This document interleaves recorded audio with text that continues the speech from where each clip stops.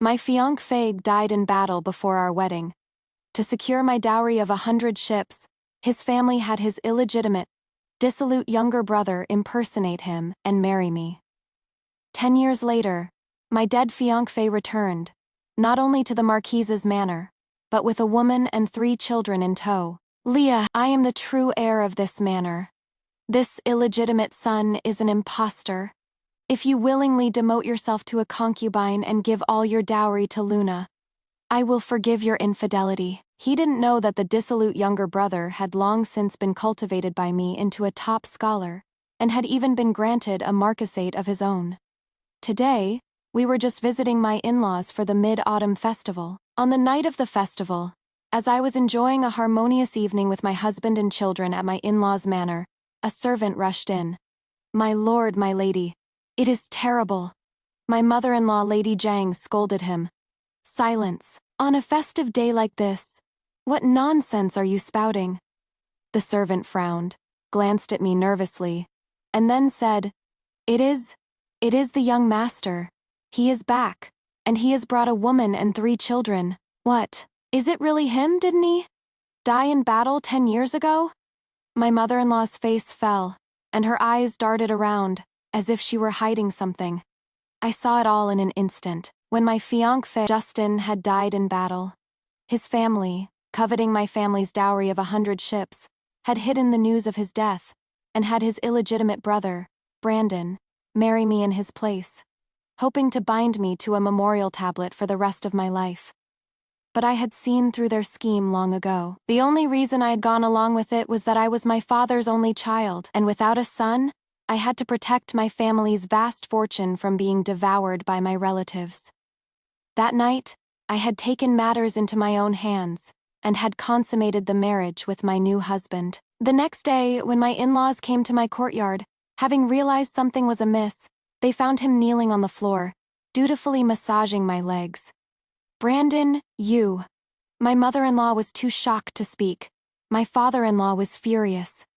"Brandon, what is the meaning of this? Didn't we tell you to just go through with the ceremony in your brother's place and then tell her the truth the next day? Why?"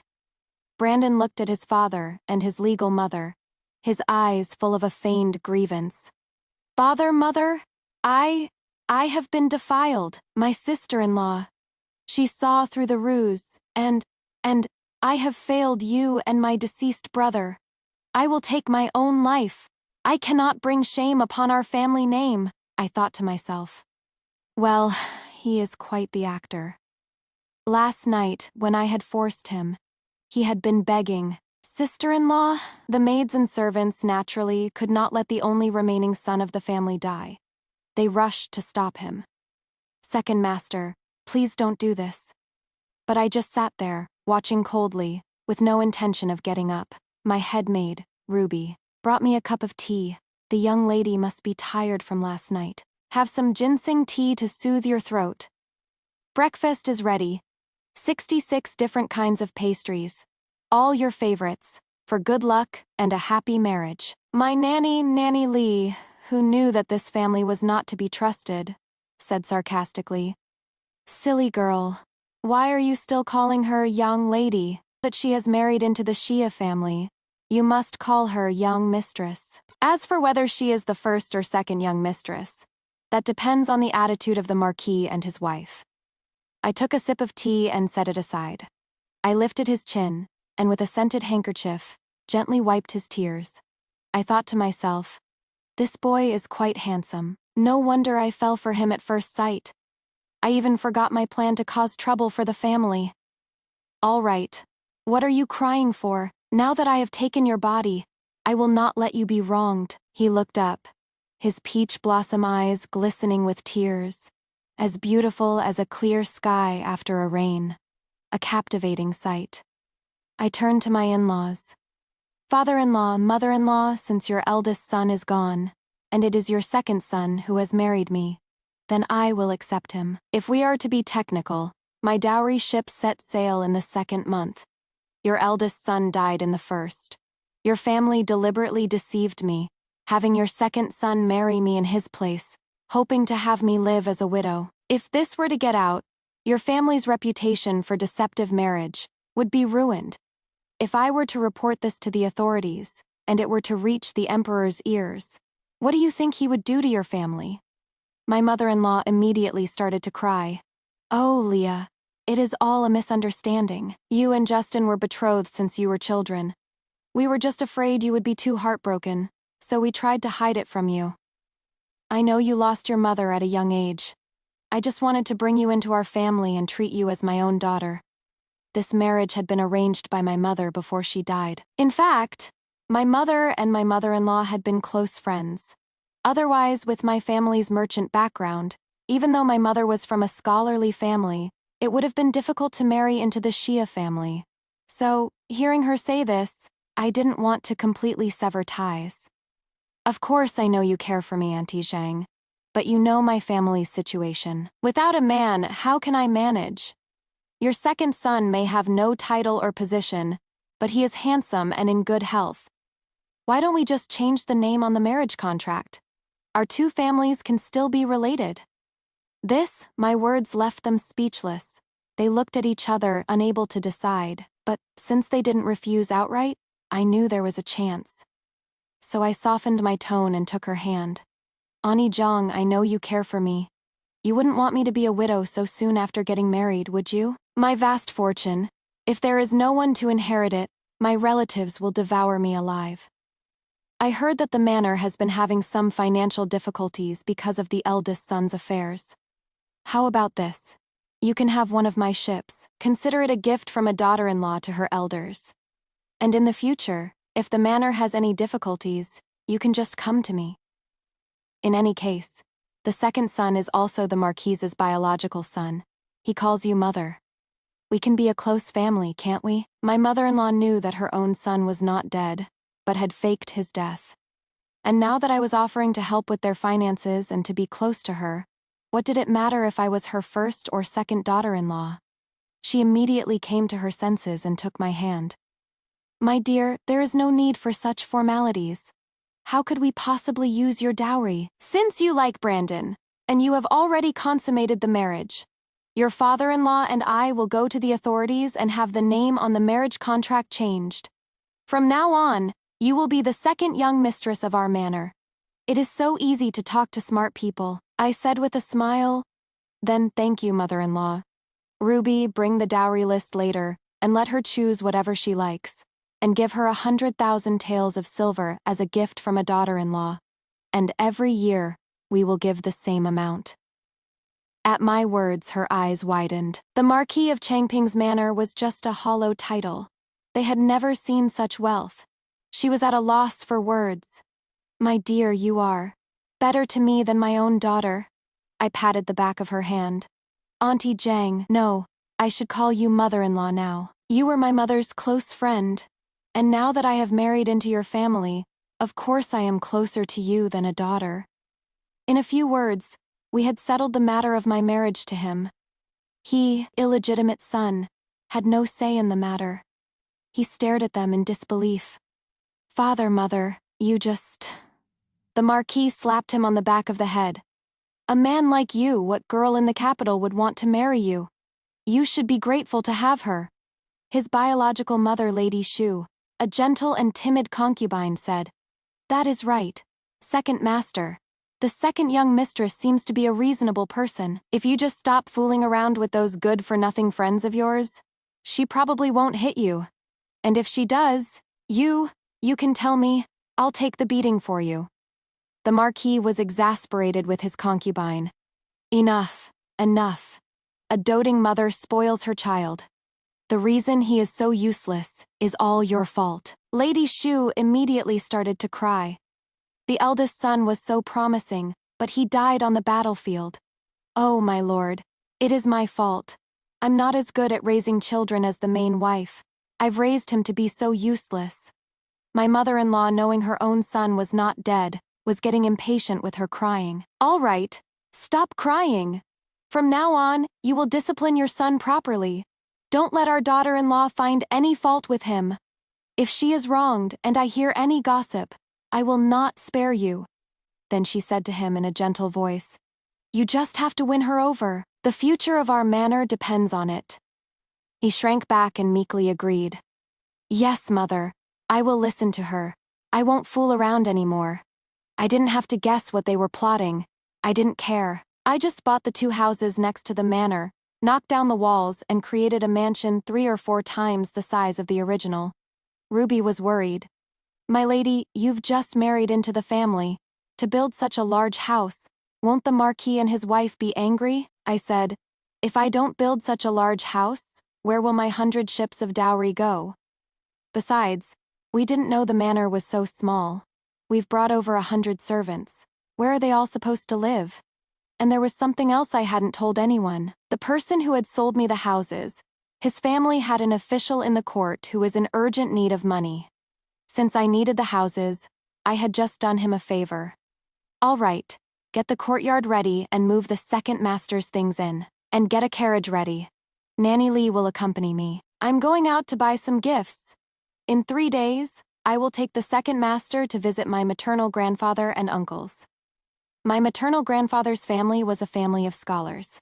My grandfather had once been the grand tutor. Though my 2 uncles were not officials, they had opened the world-renowned Lantai Academy. Many of the officials in the court were their former students. The sons of the nobility all vied to get into the academy, but the places were limited and very expensive. The entrance examination was extremely difficult. For an ordinary person to get in was almost impossible. Now that he was my husband, he had to take the imperial examinations and bring honor to my family, to give me a title, and to provide for our children. Otherwise, why would I have spent so much money on him?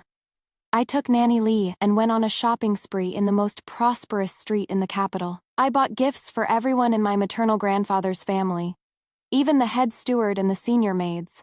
Brushes, ink, paper, inkstones, silks, satins, hairpins, jewelry, and cosmetics. I bought the best of everything, Nanny Lee said. My lady, the things in the capital are not so special. Though they are several times more expensive than ours, they are not as novel as the things our ships bring back from the South Seas. I nodded. Yes, you handle it. Buy a few dozen shops and find some experienced managers. We'll move some of our southern businesses here. Nanny Lee said, Rest assured, my lady.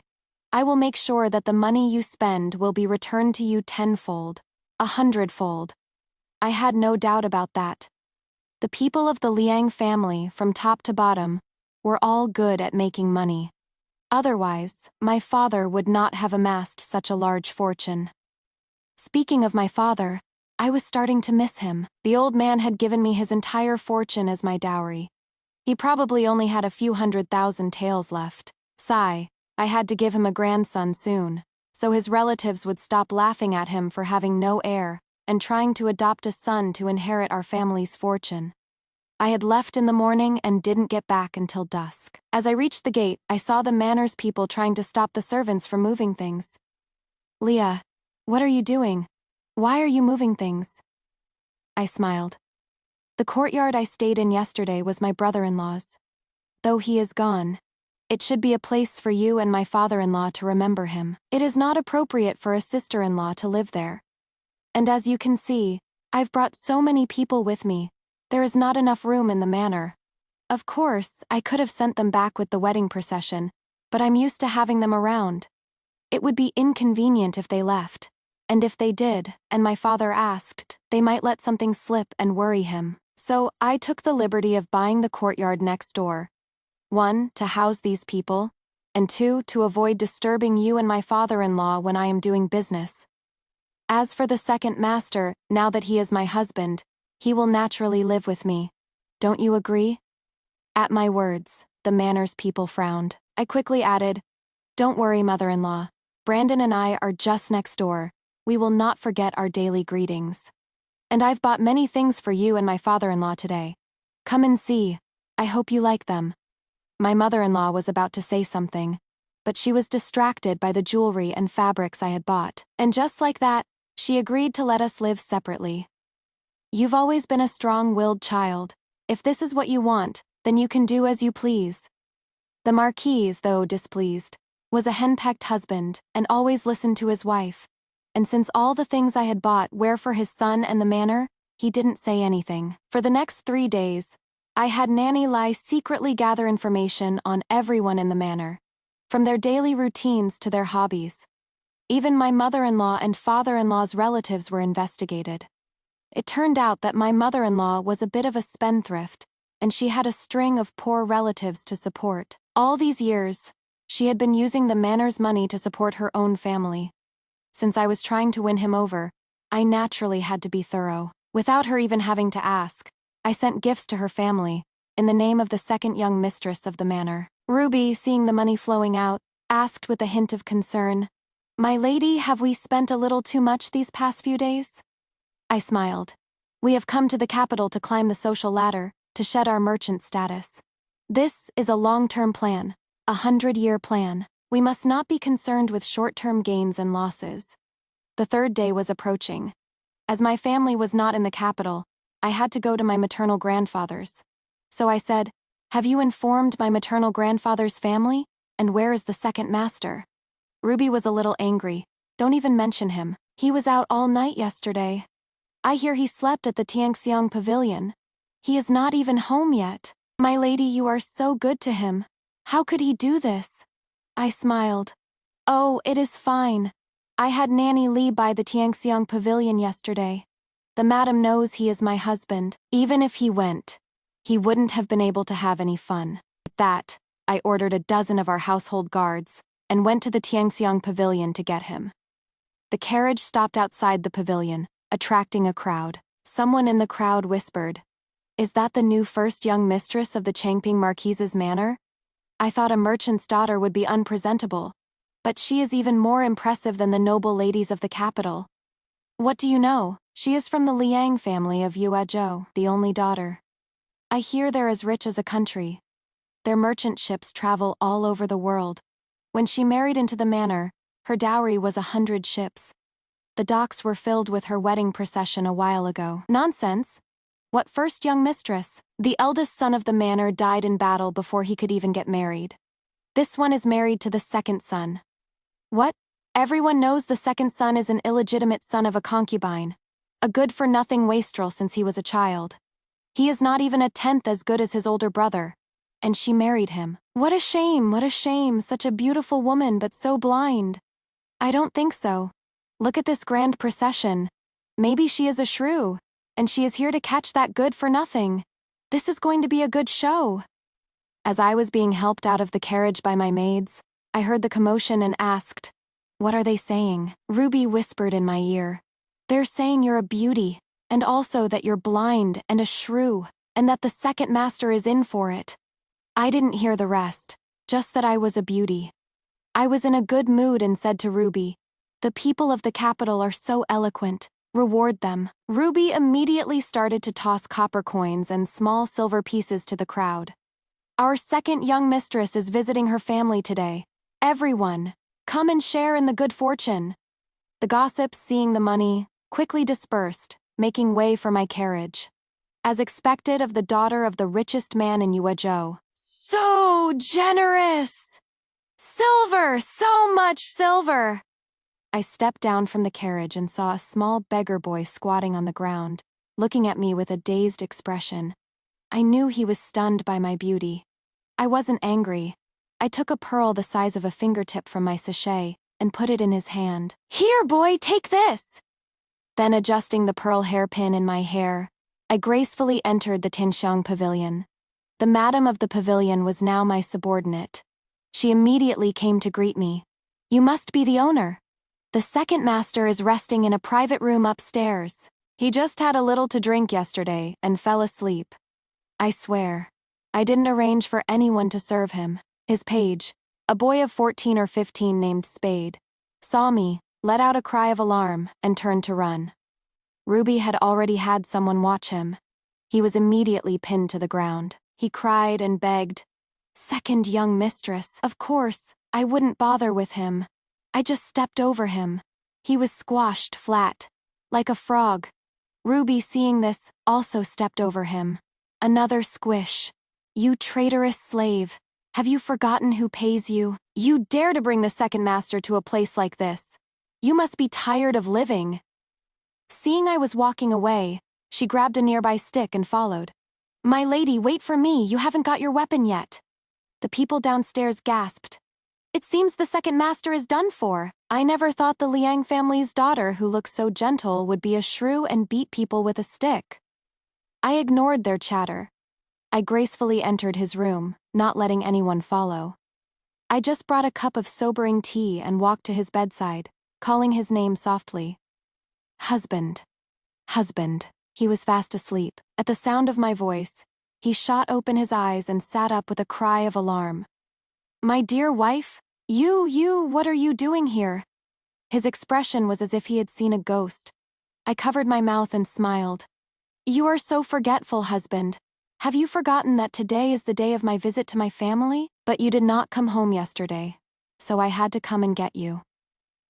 Then I helped him up and held the tea to his lips. "It is getting late. You should drink this and sober up. My grandfather, grandmother, and uncles are all waiting for you, and you smell of wine. You must get changed. You cannot be impolite." I didn't hit him. I didn't scold him. My tone was gentle and polite, but he was trembling, on the verge of tears. "My dear wife, don't be like this. You're scaring me. Yesterday, someone said they had news of my brother and tricked me into coming here. I was about to leave, but they said I was abandoning them now that I had a wife and forced me to drink. I was afraid you would be angry if you smelled the wine, so I didn't dare to go back." I understood. The matter of Justin's fake death was not a complete secret. Even I, a new bride, had heard some rumors. It was not surprising that others knew. I heard that the day after I married into the manor, my mother-in-law had met with one of his former attendants at the back gate. I just said, "All right. I know. What are you afraid of, husband?" I never said I was going to blame you. He looked at me stunned. "Really? You're not blaming me?" Usually, when my father and mother find out I've been to a place like this, they would have me beaten and make me kneel in the ancestral hall. I thought to myself, what a poor little thing, even just for his pretty face. I couldn't bear to hit him. I comforted him. "This Tianxiang pavilion is now our family's property. I had Nanny Lee buy it a couple of days ago. The moment you stepped in, someone informed me. I didn't come yesterday because I trusted that you would not do anything to betray me. And, in the future, if you have any social gatherings, you can just bring people here. Don't go to those shady places. It will put my mind at ease, won't it?" At my words, he was stunned for a moment. Then his face grew even darker. He knelt on the bed and rushed over, hugging my legs. "My dear wife, I was wrong. I shouldn't have gone to a brothel and gotten drunk and not come home. I swear, I will never do it again. I will listen to everything you say." "The way you're looking at me." I caressed his handsome face and said softly, "You're so obedient. How could I bear to hit you? Get up and get ready. Don't keep my family waiting. My grandfather hates it when people are late and disrespectful." Then I had someone bring him a change of clothes. After he was dressed, we left the Tianxiang pavilion, hand in hand. The people inside and outside had all thought he was in for a beating. Seeing him come out unscathed, they were all surprised. On the third day of his marriage, and he is already out all night, and she is not even hitting him? Yes, if it were my husband, I would have broken his legs. Maybe because she is a merchant's daughter, she doesn't dare to touch a marquise's son. She may be a merchant's daughter, but her maternal grandfather's family is a family of scholars. And the Xia family has been in decline for years. How dare they be so arrogant in front of her? I think it is because he is so handsome. She is so infatuated with him. She doesn't mind that he is a good-for-nothing, and she is even willing to support him with her vast fortune. This kept man. Does he know how to eat? If not, I'll take his place for a couple of days. At her words, I turned and looked at him, who was carefully helping me into the carriage and holding the curtain for me. I took out a handkerchief and wiped the sweat from his brow. I thought to myself, he is eating just fine, isn't he? I took him to my maternal grandfather's house. My grandfather and 2 uncles had received my letter and had all the relatives waiting. I took him to greet all the elders and present the gifts. After a few pleasantries, My grandfather and uncles, under the pretext of a private talk, took him away for a thorough questioning. Leah, you ladies can chat here. We men won't bother you. Your two uncles are here. Let your husband get to know us. This was my intention in bringing him here. Of course, I wouldn't object. I just said to him, "Husband, my grandfather and two uncles are all great scholars. You must not disappoint them." His pale face contorted into a grimace, but he didn't dare to disobey me. He obediently followed them, leaving us women to chat in the hall. My maternal grandmother, a lady from a noble family, had married my grandfather, a man from a family of scholars. She had had 3 sons, and only 1 daughter, my mother, whom she had doted on. Unfortunately, my mother had fallen in love with my father, a merchant, and had married him and moved far away. She had died young, which had been a great sorrow for her. Now that she saw me, she was overjoyed. "Leah, you look just like your mother when she was young. That year your mother passed away. I sent for you, but your father wouldn't let you go. He said that now that his wife was gone, if I took his only daughter, he would have no reason to live. Your grandfather and I didn't dare to push him. But I'm so glad you're back now. Back with your grandfather and me. You must come and visit us often. Don't be a stranger." My 2 aunts were also from scholarly families, and were very kind and warm to me. I've always heard the old lady talk about her granddaughter. Now that I see you, you really are one of us. It is the first time we've met, but you don't feel like a stranger at all. They say our great-aunt was the #1 beauty in the capital before she was married. This niece of ours takes after her. She is a real stunner. That second son of the Shia family is a lucky man. I love it when people call me beautiful. Grandmother, my 2 aunts, you're embarrassing me. After some more small talk, my grandmother, seeing that he had been gone for a while, asked with a hint of concern, "Leah, where did your grandfather and uncles take your husband?" "Yes, I hope your grandfather is not displeased with him, and has taken your 2 uncles to beat him up. We've all heard about the Shia family's deceptive marriage. We think you should have just called it off. They don't deserve you." I smiled and said, "Grandmother, first aunt, second aunt, you've misunderstood. My grandfather and uncles are not giving him a hard time. They're just testing his knowledge. I'm planning to have him enroll in the Lantai Academy, and have my grandfather and 2 uncles personally tutor him. I'm not asking for him to be a great success. I just want him to get a degree and a minor official position to bring some honor to our Liang family." My second aunt said, "So that is what it is. If I remember correctly, this nephew-in-law of ours is already 17. Isn't it a little late for him to start his studies?"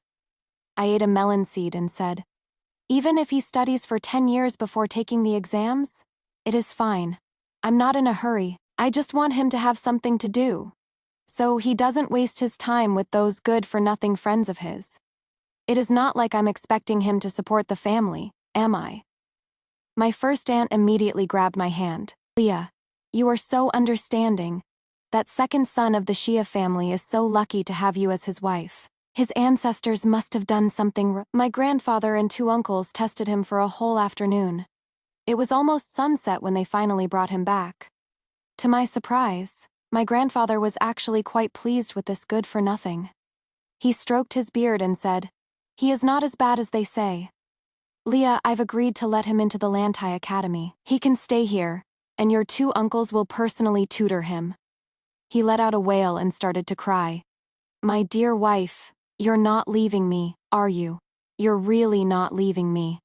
You're going to leave me at the academy and go back without me." In terms of age, he was 6 months younger than me, a real little brother. I quickly comforted him. "Silly boy. You're here with me to visit my family. How could I just leave you here?" His face brightened a little, and then he heard me say, "Today. We'll go back for now. After we've packed, I'll bring you here tomorrow." Brandon.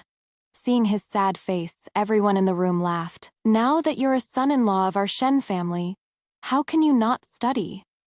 "That is right. Your cousins are taking the exams this year. As their brother-in-law, you can't fall behind. The Lantai Academy is not a place just anyone can get into. Even the emperor's sons have to pass an examination. You're only getting in because of Leah." He gave a forced laugh, but it looked more like he was crying. I pulled his hand under the table. All right. It is not like you can't come home. The academy has a 2-day break every month. I'll come and get you with your mother then. Okay? You be good. Once you have a degree, people won't say you're not as good as your older brother, right? He sniffled. Okay, I'll listen to you. My grandmother. It is good that you're willing to listen. If a man doesn't have talent, at least being obedient is a virtue. Leah's father back then, he was willing to listen to her mother. Otherwise, with his merchant background, we would never have let our daughter marry him. He choked, and then sobbed. Grandmother, I will definitely listen to my wife. Everyone laughed. Seeing it was getting late, my grandmother wanted us to stay for dinner, but I declined. I took him and left in the carriage. In the carriage, he was quiet, lost in thought. I lifted his chin and said softly, "What are you thinking about, husband? Are you angry with me because my grandfather and uncles tested you today? Or are you just not wanting to study and are secretly throwing a tantrum?" I never thought he would say, "No, I'm just confused. Why did my father and mother always say I was not good at studying? That I was not as good as my older brother in every way? That I was useless? But your grandfather and 2 uncles praised me, saying my calligraphy was good, my insights were unique, and that if I studied hard, I would be a great talent." I was stunned. I thought my grandfather and uncles had only accepted him because of me and my deceased mother. Could he really be a talented man? Then I had really hit the jackpot. After all, he was so handsome and so obedient. If he also had a degree, then our old Liang family would have nothing to complain about. So I said, "Your older brother was the heir of the manor. It was only natural that your father and mother would focus more on him. They just didn't know you well enough. Now that your older brother is gone and you have won the favor of my grandfather and 2 uncles, you must study hard and bring honor to the manor. After all, from now on, our 2 families will be depending on you." He looked at me stunned. "My dear wife, I really can." I took his hand and encouraged him. "The man I, Leah, have chosen, how can he be wrong? You just focus on your studies. I will take care of the manor and your mother. Whether you study for 3 years, 5 years, or 10 years, I can afford to support you." He was so moved he threw himself into my arms and cried his eyes out. "My dear wife, you are so good to me. In my whole life, you are the first person to encourage me and believe in me like this. I will study hard and not disappoint you." I patted his cheek affectionately and thought to myself, "Hemph, it is just a small matter. Anyway, I didn't expect him to help me with my business. It was better to send him to my grandfather and uncles than to let him fool around outside." When we got home, we first went to the manor to report on our visit and to tell them about his plan to study. The Marquis and his wife did not want him to go to the Lantai Academy. He has never been good at studying. How can he go to a place like the Lantai Academy? That is right. The students there are all future pillars of the state. He is so reckless, he'll just get into trouble. I frowned. That is what I said. He is already 17. He has never been a good student. Why make him suffer? But my grandfather said that as a son-in-law of our Shen family, how can he not have a degree? If so, then this marriage should just be called off. He looked at me with wide eyes in disbelief, as if he was amazed at my ability to lie with a straight face. I secretly squeezed his hand and, pretending to wipe away a tear, I continued. My grandfather said that he should study with my 2 uncles.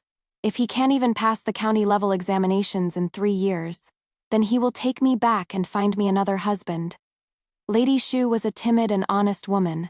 She believed everything I said. She cried, "Second young mistress, you can't abandon our second master. My lord, my lady, I beg you, let the second master go to the academy. Such a good marriage, we can't just let it go." The Marquis and his wife were also scared. After all, I was now their cash cow. Without me, the manor wouldn't last 3 months. This old Grand Tutor Shen is too domineering. I feigned a look of helplessness. My mother passed away early. My father told me that when I came to the capital, I should listen to my grandfather in everything. If my grandfather really wants me to get a divorce, then even if I am reluctant to leave him, I must. And all my dowry will have to go back with me. I knew that what his family cared about most was my 100 ships of dowry. Sure enough, the moment I said it, my mother-in-law immediately jumped up. No, seeing we were all staring at her, she realized her mistake and quickly composed herself. Leah is right. He has been too unruly these past few years. Your maternal grandfather's family is a family of scholars, and your mother was his only daughter. It is only right that he is a little picky about his grandson-in-law. Since your two uncles are willing to personally tutor him, then let him go and suffer a little. If he can't even pass the county-level examinations in 3 years, then not only will your grandfather not want him, but we won't have a place for him in our family either. The Marquise also said, your mother is right. In the past, you had your older brother to rely on. Now that he is gone, it is time for you to step up and support this family. It is settled then. Lady Shu was overjoyed.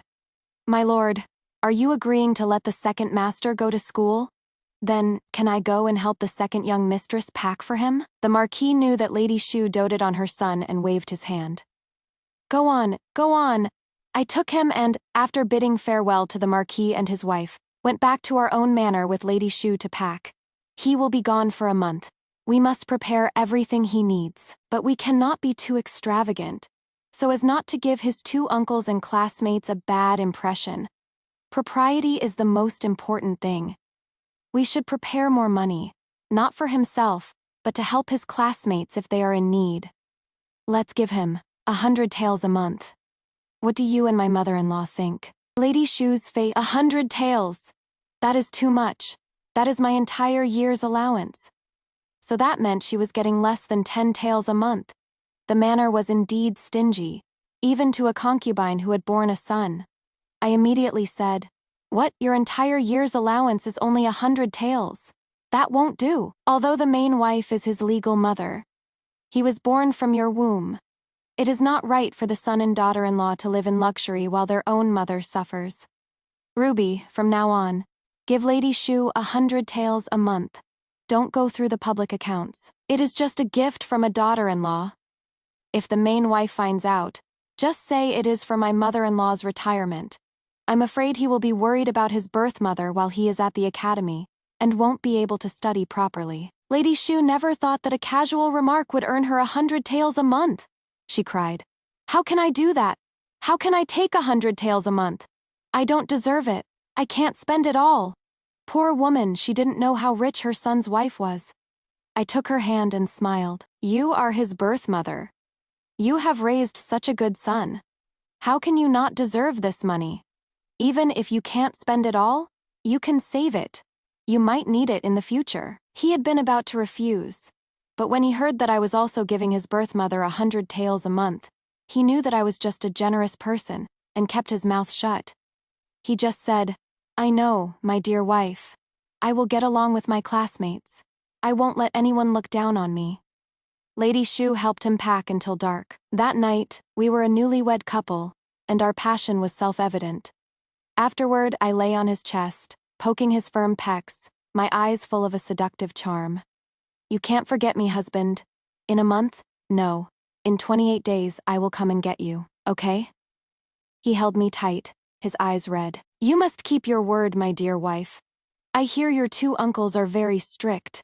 Even the prince was beaten on the hand when he was studying there. I smiled and lifted his chin, comforting him. Don't worry, husband. I've already told my uncles not to hit you. You just have to study hard. Not hit him. Impossible. After spending so much of my money, you think you can just slack off and not study. No way. And so, with a mixture of coaxing and deception, on the 4th day of our marriage, I sent my husband to the top academy in the country. The hope for a dragon mode was activated. Since I lived separately, the people of the manor could not interfere with my affairs. Besides my daily greetings to my mother-in-law and having breakfast with her, I would spend the rest of my time at my own manor, managing my accounts. If I was free for dinner, I would go over and eat with them. If not, I would just eat at home. At first, my mother-in-law had tried to meddle in my affairs. Now that I am the mistress of this household, you are still young and too generous. I'm afraid your servants will deceive you. I, as your mother-in-law, must discipline them for you. Nanny Lee would not let this cheap mother-in-law dictate my life. What would become of her reputation as the head steward of the Liang family? She just said, "You are right, my lady. My young lady lost her mother at a young age, and her father has only this one daughter. He has spoiled her rotten. I think that the manor can't possibly spend 100,000 a year. 20 or 30,000 should be enough. Why don't you, my lady, take the rest of the money back? We don't want people to say that the entire manor is being supported by a new bride. It doesn't look good." At her words, my mother-in-law was so scared she didn't dare to say a word. As a mother-in-law, it is not right for me to take money from a junior. But Leah is so filial. If we refuse, we will hurt her feelings. I said, "That is right. I know you are still grieving for my brother-in-law. It would be too much for you to also have to manage the household. Now that I'm here, you don't have to worry about anything. Just leave it all to me. You can go out and have tea with the other ladies. Go shopping, buy some new clothes and jewelry. Wouldn't that be nice?" She looked at me, then at Nanny Lee, at a loss for words. I heard her ladies-in-waiting whisper in her ear, "My lady, that is 100,000 taels a year. What does it matter if you give the management of the household to the second young mistress? We don't have to do anything, and we get free money. It is a good deal." My mother-in-law's heart was at ease. Leah is right. From now on, you will handle all the affairs of the manor. The mother-in-law, who had come to establish her authority and put on airs, had in a daze handed over the keys to the household. I casually gave them to a steward. "Take inventory of all the manor's properties, and see if there are any capable people in the household. Fire those who need to be fired, and promote those who deserve it. From now on, the annual hund and filial piety money must be earned from the manor's own properties." "Yes, my lady." In the following days, Brandon was studying at the Lantai Academy. My grandfather and 2 uncles were very strict, and he was a talented student. He was also kind and helpful, and he had a good reputation among his classmates. And I, every month, without fail, would go and get him and take him back. My reputation as a virtuous wife spread far and wide. In 3 years, we had a daughter, then a son. My eldest daughter was named Serafina, and my younger son was named Leo. Both names were chosen by my grandfather, a son and a daughter, a perfect pair. The Marquis and his wife were a little displeased that they had not been given the right to name their own grandchildren. They should be named Nianji and Nianli. What a joke. Justin had nothing to do with their birth. Why should they be named after him? When Brandon was away, I would take my children. And while doing business and dealing with the manor, I would also have some fun. I had thought that since he had started his studies late, even with the best teachers, he would just get a minor degree. I never thought that his ancestors' graves would have emitted green smoke.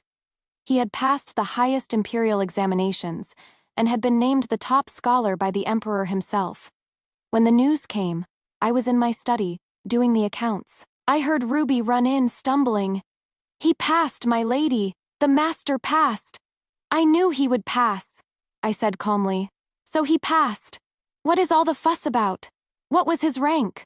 "Ruby, first rank, first place. Me, first rank, first place. Isn't that the top scholar?" The immense surprise made me a little disbelieving. "Are you sure? He passed as the top scholar." Ruby nodded frantically. Yes, the imperial messenger is on his way. I heard the news and rushed back to tell you. I even lost a shoe." I quickly stood up. Quick! Prepare the reward money! And everyone in this manor and that manor, everyone gets a reward!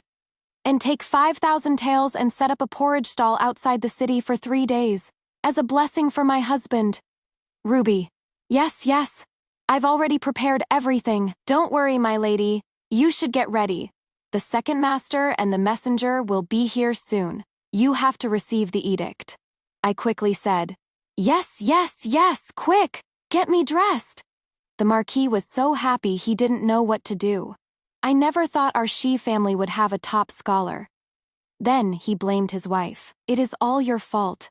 You only cared about your own son and didn't let him study properly. If we had cultivated him earlier, he might have passed a long time ago." She was aggrieved. "What are you talking about, my lord? I have always treated them both the same. It was he who didn't want to study. How can you blame me? And to have this success now, it is all thanks to our daughter-in-law. Without the famous teachers of the Lantai Academy, he would not have been able to pass on his own. Do you think you could have gotten him into the Lantai Academy? You?" The Marquis was speechless. He flicked his sleeves. "I don't care. I will open the family records now and enter his name under yours, as a legitimate son. And I will write a memorial to His Majesty, to have him named the heir, to inherit the marquisate in the future." At his words, she exploded. She sat on the floor and cried her eyes out. "My lord, have you forgotten our son? He has only been gone for 3 years, and you want to give his place to another? He is now the top scholar, and the grandson-in-law of the former Grand Tutor. His future is limitless. Why would he want your marquisate? Can't you just leave a memory for your son?" At first, I had thought she was just heartbroken over the loss of her own son, that she couldn't bear to let go. But now it seemed she had known all along that her son was not dead, and she was just trying to save his position for him. I immediately said, "My mother-in-law is right. My brother-in-law has only been gone for 3 years. If you were to name a new heir now, it would break her heart. I know you care for my husband, father-in-law, but he has his own future. You don't have to worry." The father-in-law was still hesitant. Returning, Brandon took my hand and said, "My dear wife is right, father. You don't have to worry about me. I have been personally appointed by His Majesty. I will have my own future. As for the position of heir, let's just leave it as a memory for my mother." At his words, she smiled.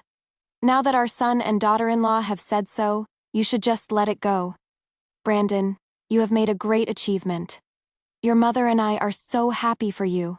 Lady Shu cried. "Brandon, good. From now on, as an official, you must serve the people well, and be a clean and honest official," he said with tears in his eyes.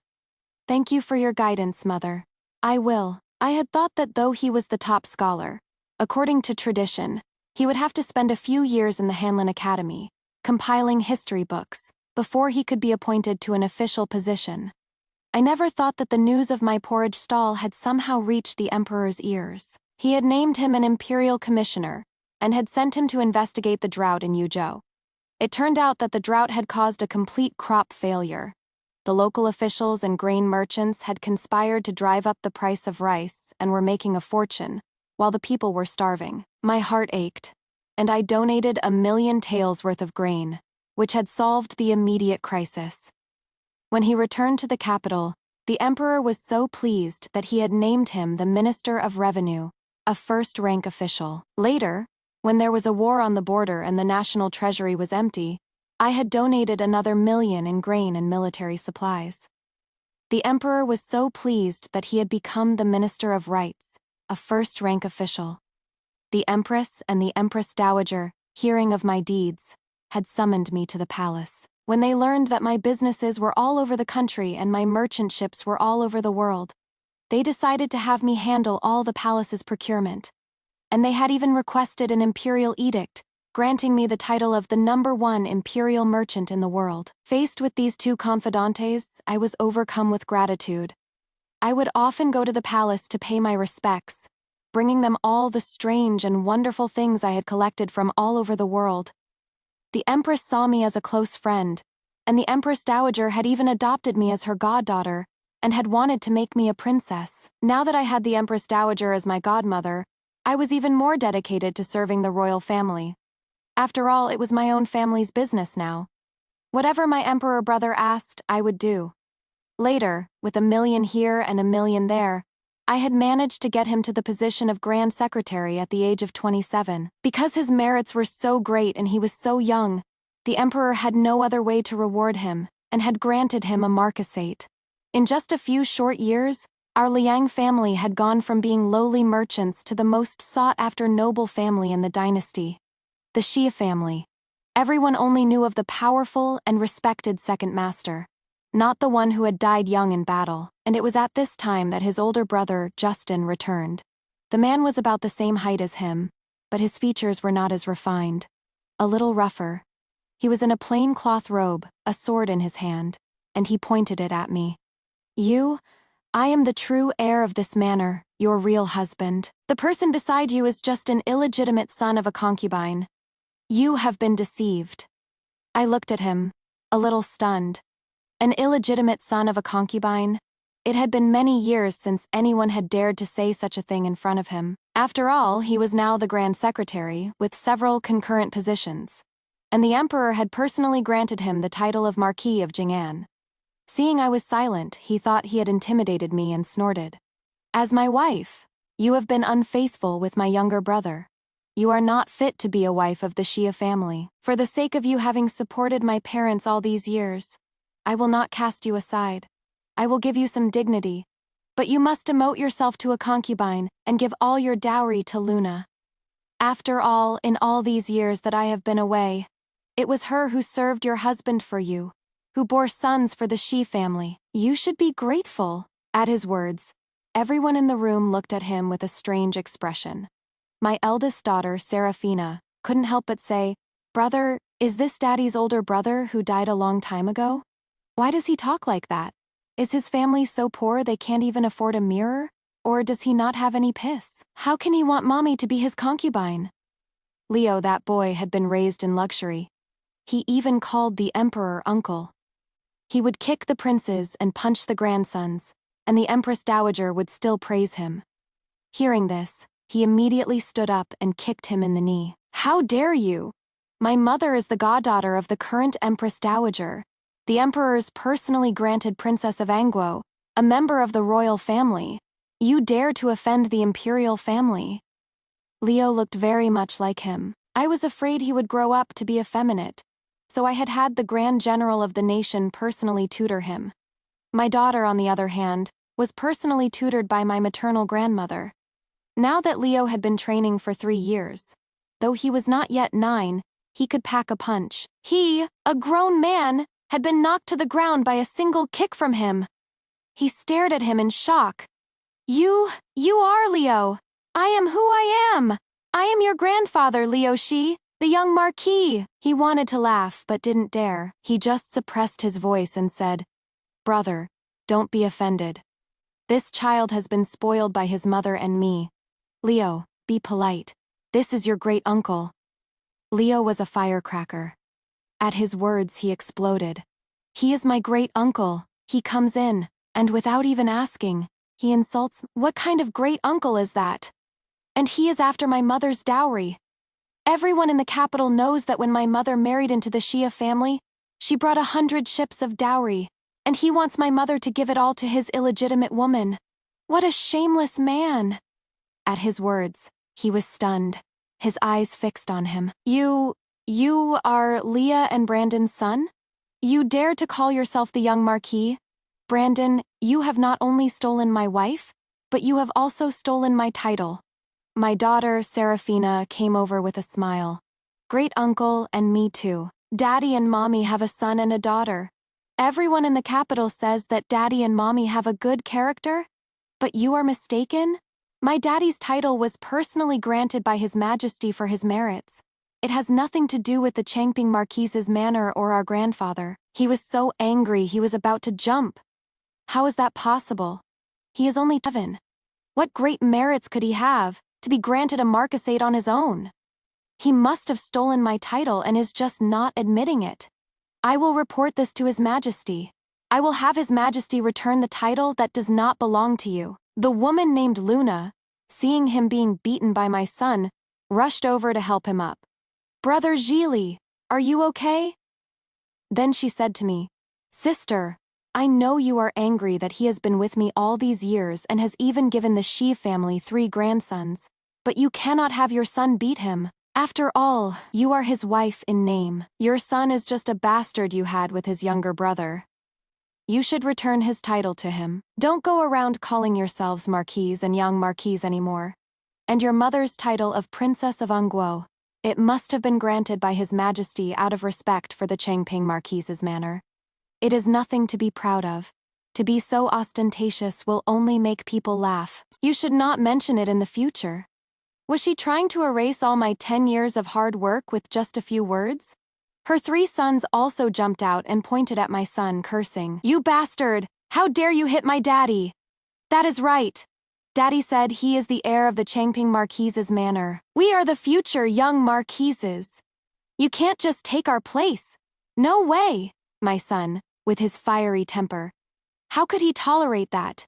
In front of them both, he beat their 3 sons to the ground. What?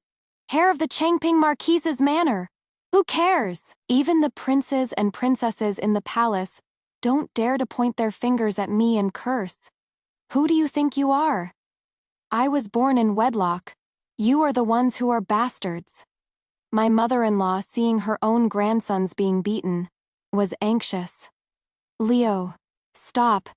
They are your own cousins. How can you hit them? Your mother had you learn martial arts, and this is how you use it on your own family. Leo's eyes blinked, tears welling up but not falling. He snorted. Grandma, you're biased. They were the ones who called me and my sister bastards first. That is why I hit them. Grandma, you used to say you loved me and my sister the most. Now that they're here, you don't love us anymore, do you? My daddy was not born from your womb. No matter how hard he tries to please you, it is not as good as one word from my great-uncle and his 3 sons. Serafina started to cry, her tears like a summer rain. That is right, grandfather. You be the judge. My daddy is your own son. Just because he was not born from the main wife. Does that mean that no matter how outstanding he is, how filial he is, it is all for nothing? If that is the case, then we might as well just break off this marriage. Anyway, everyone in the capital says that you are a son-in-law of our Liang family. Daddy can just marry into the Liang family, and my brother and I will take the Liang surname. All these years, the Changping Marquise's manor had been living a life of luxury, all thanks to me and him. When they went out, everyone would show them respect, all because of our names. Even the entire Xie clan had, because of him, become the #1 noble family in the capital. It was truly a case of one person's success brings glory to all. If he were to marry into my family, and our 2 children were to become part of the Liang family, not only would the Marquis and his wife not agree, but the entire Xie clan would not agree either. At this thought, the old Marquis slapped him across the face. What are you talking about? Leah is your sister-in-law. Your brother's legally wedded wife. What does she have to do with you? His title has nothing to do with you. The position of heir of the Changping Marquise's manor is still yours. Then he gave that woman a slap. Leah is the second young mistress of our manor, the mistress of the household. You are just an illegitimate mistress. How dare you be so disrespectful to the main wife? He covered his bruised face, his eyes full of tears as he looked at the old Marquis. Father, I know he is successful now, and you favor him, but you can't just lie with a straight face. How could he have been granted a marquisate on his own merits? Don't you lie to me anymore? And back then, Leah and I had signed a marriage contract. Even if you had him marry her in my place, she is still a part of my branch of the family. Her dowry should all belong to me.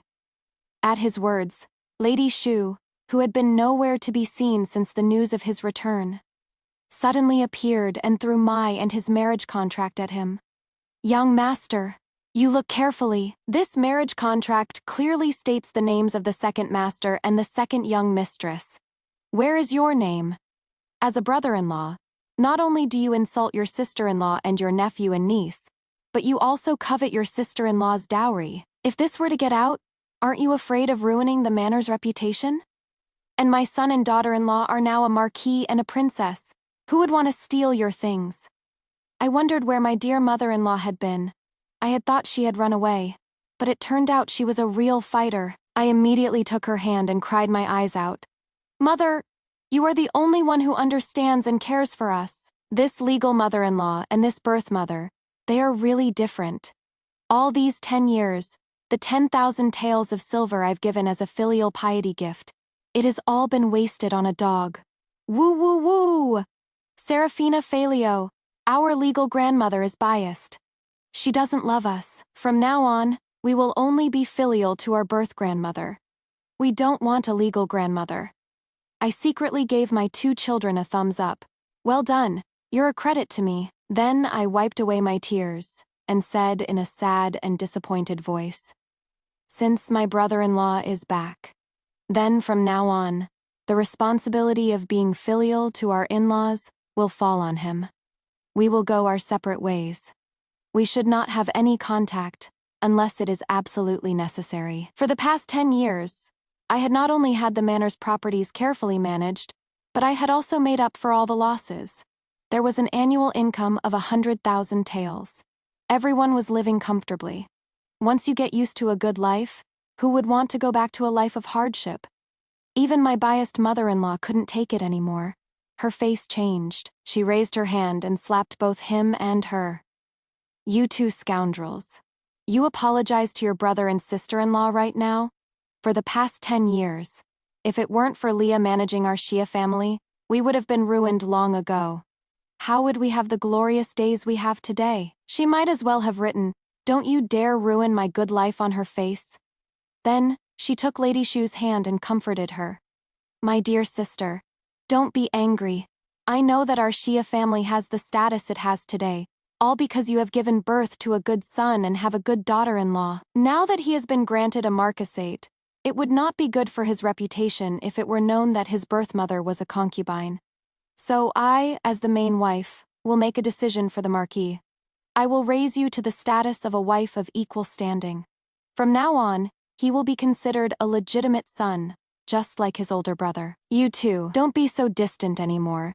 Don't talk about separating the households. In fact, he and I had been planning to sever ties. This whole scene was just a pretext. I never thought my mother-in-law would be so accommodating, to even suggest raising a concubine to the status of a wife. When I had first married into the family, I knew she was a smart woman. I just never thought she would be this smart. He now had power, achievements, and honor. The only thing he lacked was the dignity of being a legitimate son.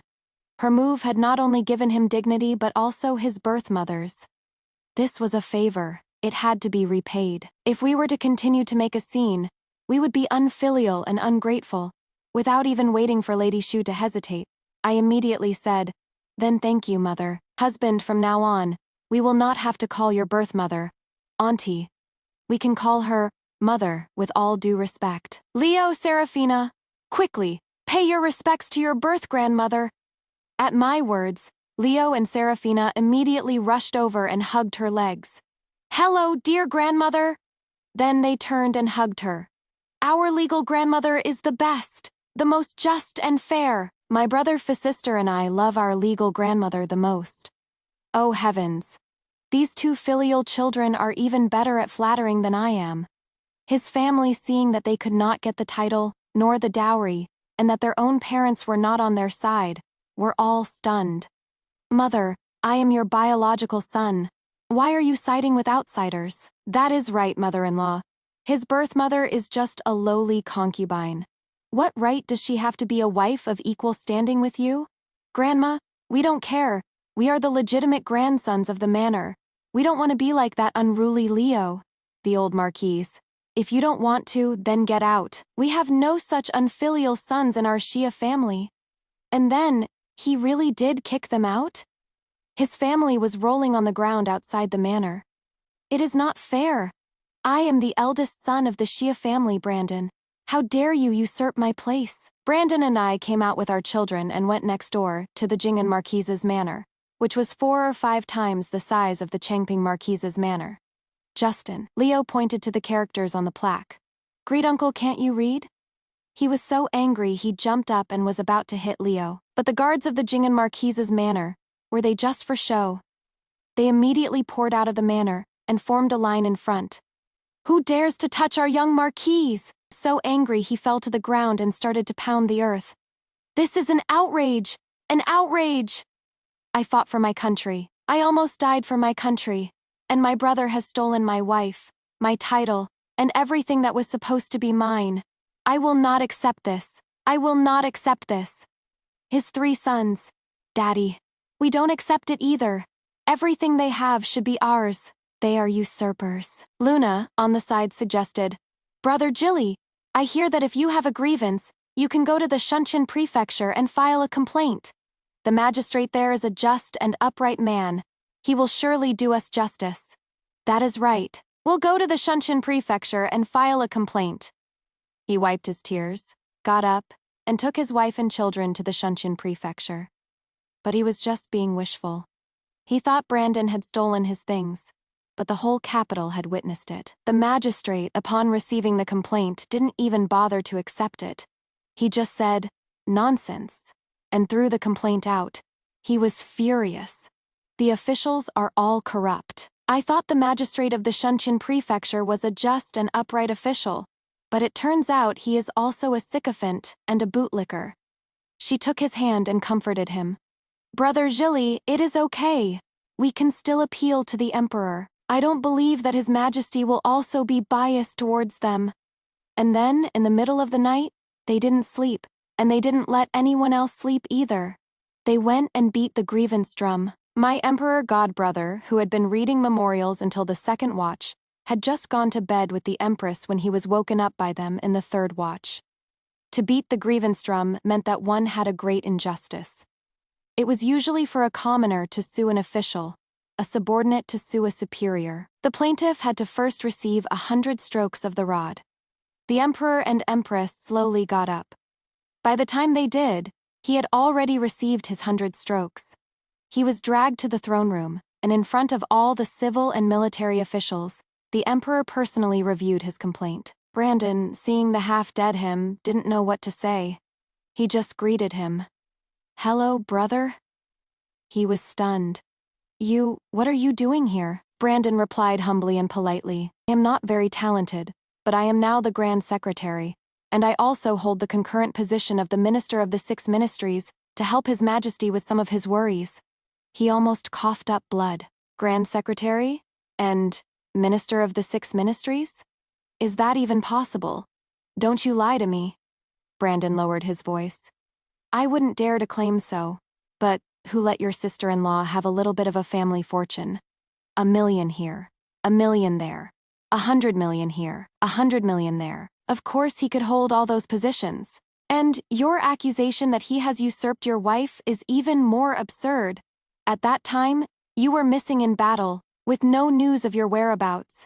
It was the old Marquis and his wife who personally went to the authorities and changed the marriage contract. And you say that his official position is due to your family's marquisate?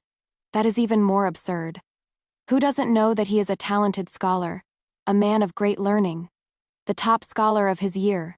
Since he has become an official, his achievements have been outstanding, and he is beloved by the people. Even if he were not from the Xia family, he would still be able to reach the pinnacle of power on his own merits. You even say that Leah's title of princess was granted by the Empress Dowager out of respect for your military achievements. Are you mad? At that time you led your troops into battle, but because of your recklessness, you suffered a great defeat, resulting in heavy losses. It was only because you were the legitimate son of the Changping Marquise's manor, and because you might have died in battle, that I did not pursue the matter. You are completely unreasonable. Men! Drag these troublemakers out and give them 50 strokes of the rod. I do not want to hear another word of slander against my loyal minister from them. His family, seeing that their crimes had been exposed, were so scared they kowtowed like they were pounding garlic. Your Majesty, please calm your anger. Your Majesty, please calm your anger. I did not deliberately desert. I was injured and lost my memory. I have only recently remembered who I am. That is why I brought my wife and children back. I knew nothing of what has happened to the Shi family in these 10 years. That is why there has been such a great misunderstanding. Please, Your Majesty, have mercy. With that, he even went and grabbed his trouser leg. Second brother, His Majesty favors you so much. You have to say a word for me. I am your older brother. Brandon looked at the man at his feet, a hint of a bayfin in his eyes. Brother, you! I thought you were a hero who had died in battle. I never thought you were a coward who had deserted. Your Majesty, my brother has not only led his troops poorly, but he has also deserted his post, has been missing for 10 years, has deceived his superiors, and has caused trouble and slandered my wife and me. Please, your majesty, punish him severely. We cannot tolerate such evil." The emperor was very pleased with his actions. "My dear minister, to be able to put justice before family, you are truly a model for all officials. Then I will revoke the hereditary title of the Changping Marquise's manor. The title of Marquis of Changping will end with this generation. As for him, as a general, he has led his troops poorly, deserted his post, faked his death, and deceived his superiors. His crimes are unforgivable. His entire family will be exiled to the border for 3,000 Lai. They will never be allowed to return to the capital. The Marquis and his wife, out of respect for my dear minister, will not be punished this time. Brandon, thank you, your majesty." He had first received 100 strokes of the rod, and then another 50 with his wife and 3 sons. Even if the executioners had been lenient, he was still unable to get out of bed. The whole family had to recover for a month before they could even barely start their journey of exile. When his mother found out, she cried her eyes out and secretly went to see them off. But she didn't dare to let me and him know, for fear of implicating them. His family had been in hiding for 10 years. If they had just lived a quiet life with the help of his mother, it would have been fine. But they were greedy and had to appear in public, and even tried to steal the wealth, power, and status I had worked for 10 years. In the end, they could only be slapped in the face. For the next 10 or so years, with my proper management, our family lived a prosperous life. In a flash, my children had all grown up. Looking at my handsome, elegant son, Leo, who was now 18, I said with a heavy heart, "Son, our Xia family is at the peak of its glory. As they say, the higher you climb, the harder you fall. As my and your father's only son, it is time for you to make a sacrifice." Leo wrapped his arms around himself and took a few steps back. "Mother, what do you want to do to your son?" I smiled. "You and the Empress's legitimate daughter, the 9th princess, have been childhood sweethearts. You are a perfect match. I plan to offer your mother's dowry of 100 ships as a betrothal gift, and ask for the princess's hand in marriage for you. From now on, you will be a son-in-law of the imperial family. What a great honor. As they say, a man is not guilty, but his wealth is." The Xia family, though glorious now, would sooner or later become a thorn in the side of the emperor. If I were to use the pretext of asking for the princess's hand in marriage, and voluntarily offer a large portion of our family's fortune, and have my and his only son marry into the imperial family, not only would it dispel the emperor's suspicions, but it would also allow him to live a life of luxury and ease. As for bringing glory to the family, that would be a task for his and the princess's son. Hearing that I was going to use my dowry as his betrothal gift, my daughter, Serafina, pouted. "Ah, mother is biased. You're giving all the dowry to my brother. What about me?" She had been personally tutored by my maternal grandmother since she was a child. At a young age, she was already famous in the capital for her talent.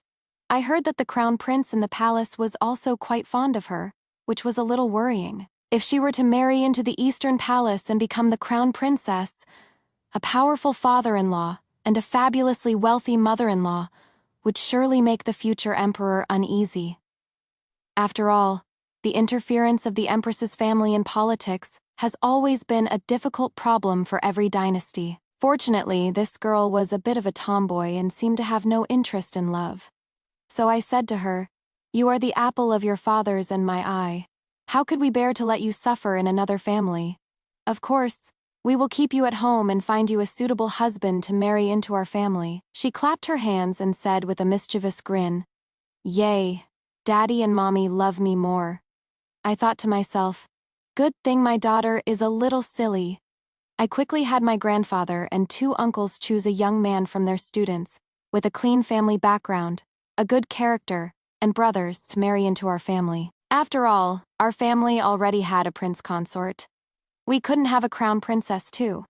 Otherwise, my and their father's heads might have to move. No, my family's money is still too much. I have to find a way to donate some more to the national treasury, so His Majesty will give me an imperial edict of pardon or something.